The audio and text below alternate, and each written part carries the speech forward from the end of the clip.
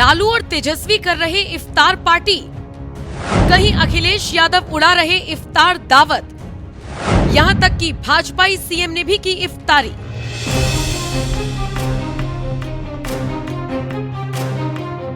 देश में मुसलमानों के वोट बैंक पर राजनीति कोई नई बात नहीं है।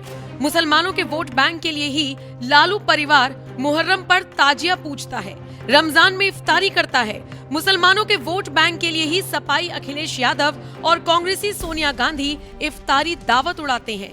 यहाँ तक कि हिंदुत्व की बात करने वाली बीजेपी भी राजधानी दिल्ली में मुसलमानों को लुभाने के लिए इफ्तार पार्टी में शामिल होती है। और इफ्तार के बाद सीएम रेखा कहती हैं कि रमजान में राम और दिवाली में अली, सौहार्द की गली दिल्ली चली। देखिए, रमजान में राम और दिवाली में अली और सौहार्द की गली दिल्ली चली।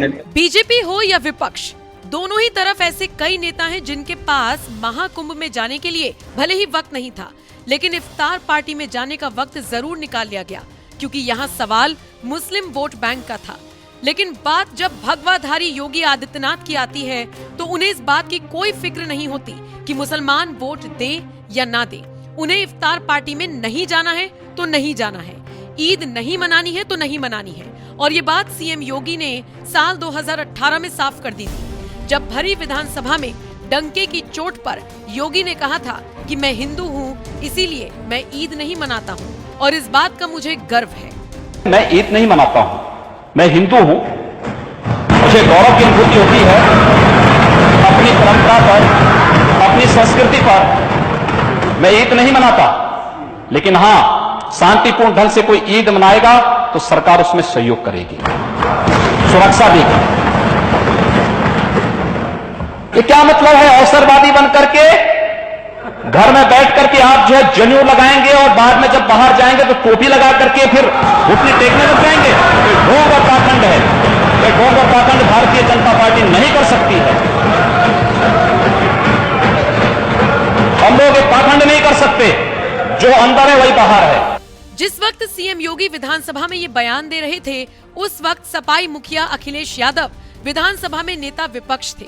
यही वजह है कि सीएम योगी ने भरी विधानसभा से समाजवादी पार्टी के साथ साथ पूरे देश को बता दिया कि मैं हिंदू हूँ, मैं ईद नहीं मनाता हूँ। क्योंकि अखिलेश यादव जब मुख्यमंत्री थे तब भी मुसलमानों के साथ ईद बकरीद मनाते थे और सत्ता से जाने के बाद भी ईद बकरीद मनाते हैं। यहाँ तक कि साल 2020 में जब कोरोना की वजह से लोग एक दूसरे से हाथ मिलाने में भी परहेज करते थे, तब भी अखिलेश यादव बकरीद मनाने के लिए मुसलमानों के घर चले गए थे। इस बकरी ईद पे सभी को बधाई और मुबारकबाद देना चाहता हूँ। ये हमारे त्योहार लोगों के बीच में प्रेम, सम्मान और एक दूसरे को मिलने का मौका देते हैं। महामारी की वजह से और जिस तरीके से बीमारी फैल रही है, हमारे त्योहार भी फीके हो गए हैं। हमें एक दूसरे से मिलने का तरीका भी बदलना पड़ रहा है और ऐसा लग रहा है कि कोविड अभी जाने वाला नहीं है। कोरोना में भी बकरीद मनाने वाले अखिलेश यादव इस बार रमजान के मौके पर राजधानी दिल्ली में, जहां कांग्रेस की पूर्व अध्यक्ष सोनिया गांधी के साथ इफ्तार पार्टी में शामिल हुए, तो वहीं यूपी की राजधानी लखनऊ में भी मुसलमानों की इफ्तार पार्टी में शिरकत की।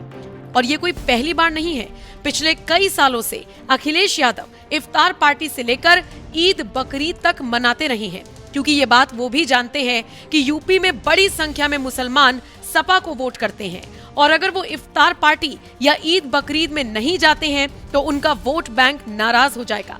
लेकिन सीएम योगी को ऐसा कोई डर नहीं। शायद इसीलिए सीएम योगी डंके की चोट पर कहते हैं कि मैं हिंदू हूँ, इसीलिए मैं ईद नहीं मनाता हूँ और इस बात का मुझे गर्व है। तो वहीं मुस्लिमों की टोपी लगाने पर तो सीएम योगी ने यहाँ तक कह दिया था, मेरी आस्था मेरे साथ है, मैं जबरन पाखंड क्यों करूं? जो मेरी आस्था होगी मैं वही तो बोलूंगा। मैं उन लोगों में से नहीं हूं जो चोरी छिपे टीका लगाते हों, चोटी रखते हों और फिर किसी सम्मेलन में जाकर गोल टोपी लगाकर लोगों को भरमाने का काम भी करते हों। मैं टीका लगाता हूं तो टीका ही लगाऊंगा, रक्षा सूत्र बांधूंगा तो रक्षा सूत्र ही बांधूंगा। गोल टोपी नहीं लगाना है तो नहीं लगाना है। मेरी आस्था राम में है तो मैं मंदिर ही जाऊंगा। अनावश्यक रूप से दूसरे को भ्रम में नहीं रखूंगा। योगी का ये बयान बता रहा है कि वो देश के बाकी नेताओं की तरह नहीं है कि सिर्फ वोट बैंक के लिए गोल टोपी भी लगा ले। वो एक ऐसे नेता हैं जो कहते हैं कि मैं टीका लगाता हूं तो टीका ही लगाऊंगा, रक्षा सूत्र बांधूंगा तो रक्षा सूत्र ही बांधूंगा, गोल टोपी नहीं लगाना तो नहीं लगाना। तो वहीं ईद मनाने को लेकर भी सीएम योगी कह चुके हैं कि मैं हिंदू हूं, इसीलिए मैं ईद नहीं मनाता हूं और इस बात का मुझे गर्व है। तो ऐसे बेबाक नेता के बारे में आपका क्या कहना है? अपनी राय हमें कमेंट कर जरूर बताएं। साथ ही योगी सरकार के 8 साल पूरा होने पर उन्होंने क्या कुछ कहा, आइए आपको सुनवाते हैं। उत्तर प्रदेश सरकार के द्वारा उठाए गए उन कदमों का परिणाम है जो पिछले कुछ समय के अंदर हम लोगों को देखने को मिला है, और परिणाम आपके सामने है। एनसीआरबी की जो रिपोर्ट है, कितना परिवर्तन आया है, यह आप सबके सामने है। पिछली सरकारों ने दंगाइयों के काल के रूप में जाने जाने वाली पीएससी की 54 कंपनियों को समाप्त कर दिया था। यानी उन्होंने एक व्यवस्था, एक साजिश की थी कि जब यहां पे पीएससी ही नहीं रहेगी तो फिर इसके बाद दंगाइयों को खुली छूट मिल जाएगी। हमारी सरकार आई, हमने इन सभी कंपनियों को फिर से बहाल किया, बल्कि महिला बटालियन की 3 महिला नई बटालियन भी गठित की। प्रदेश के अंदर अन्य महत्वपूर्ण स्थलों पर भी 5 नई पीएससी की बटालियन के गठन की प्रक्रिया को आगे बढ़ाया। एयरपोर्ट, मेट्रो की सुरक्षा के लिए, अन्य महत्वपूर्ण संस्थानों की सुरक्षा के लिए स्पेशल सिक्योरिटी फोर्स का भी गठन किया और उसकी 6 वाहिनियां गठित की। प्रदेश के अंदर सभी जनपदों में साइबर थानों की स्थापना की गई। हर थाने में एक साइबर सेल हेल्प डेस्क की व्यवस्था की गई। और आज प्रदेश के अंदर जो हमारी PRB 112 है, इसके रिस्पांस टाइम को 2017 के पहले इसका रिस्पांस टाइम 25 मिनट 42 सेकंड होता था, आज यह 7 मिनट 24 सेकंड का मात्र रह गया है। यानी आम जनता को कितनी जल्दी न्याय मिल सकता, उस तक पुलिस का रिस्पांस कितनी फास्ट होगी, इसी से आप अंदाजा लगा सकते हैं। और प्रदेश के अंदर गृह विभाग, नगर विकास विभाग और जन सामान्य की मदद से 11 लाख से अधिक सीसीटीवी कैमरे भी लगाए गए। 11 लाख टीवी, यानी जो माननीय उच्चतम न्यायालय ने निर्भया कांड के बाद देश के अंदर एक व्यवस्था दी थी कि सेफ सिटी की परिकल्पना कैसे साकार होगी, सीसीटीवी कैमरे के माध्यम से उसे आच्छादित करने में उत्तर प्रदेश देश का पहला राज्य है जिसने अपने सभी 17 म्युनिसिपल कॉरपोरेशन के साथ साथ गौतम बुद्ध नगर में सीसीटीवी की कार्रवाई को पूरी तरह आच्छादित करने का काम किया है। ये सभी सीसीटीवी कैमरे आज वहां पर कार्य कर रहे हैं। शिक्षा, जिस प्रदेश की स्थिति ऐसी रही हो कि नकल जन्मसिद्ध अधिकार कुछ लोग मानते थे, आज वहां नकल विहीन परीक्षाएं हो रही हैं।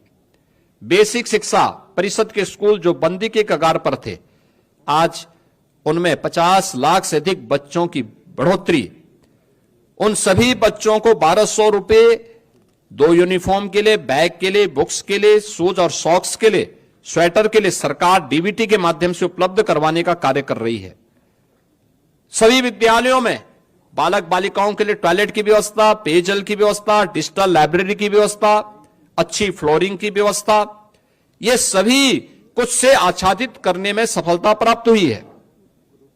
साथ साथ माध्यमिक स्कूलों में जर्जर पड़े भवनों के पुनर्निर्माण के लिए प्रदेश सरकार ने अलंकार योजना के माध्यम से एक नई स्कीम प्रारंभ की है और इसको भी तेजी के साथ आगे बढ़ाने का काम कर रही है। अब जर्जर विद्यालय नहीं होंगे।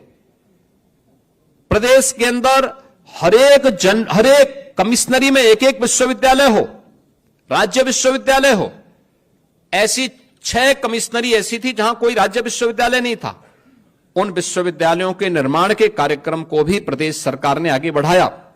तो पहली बार मेडिकल यूनिवर्सिटी हो, आयुष विश्वविद्यालय हो, एक अतिरिक्त एग्रीकल्चर विश्वविद्यालय की स्थापना हो, ये सभी आज उत्तर प्रदेश के अंदर देखने को मिल सकते हैं। और संस्कृति विश्वविद्यालय भी हो, यह भी आज उत्तर प्रदेश में स्थापित हो चुके हैं। प्रदेश ने इस दिशा में 8 नए विश्वविद्यालय, यानी इस दिशा में 10 नए विश्वविद्यालय, 21 निजी क्षेत्र के विश्वविद्यालयों की स्थापना में भी सफलता प्राप्त की है और युवाओं को प्रतियोगी परीक्षाओं की तैयारी के लिए प्रत्येक जनपद में मुख्यमंत्री अभ्युदय कोचिंग की व्यवस्था भी आज के दिन पर संचालित है।